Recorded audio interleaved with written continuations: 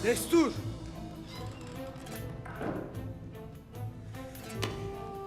Dündar?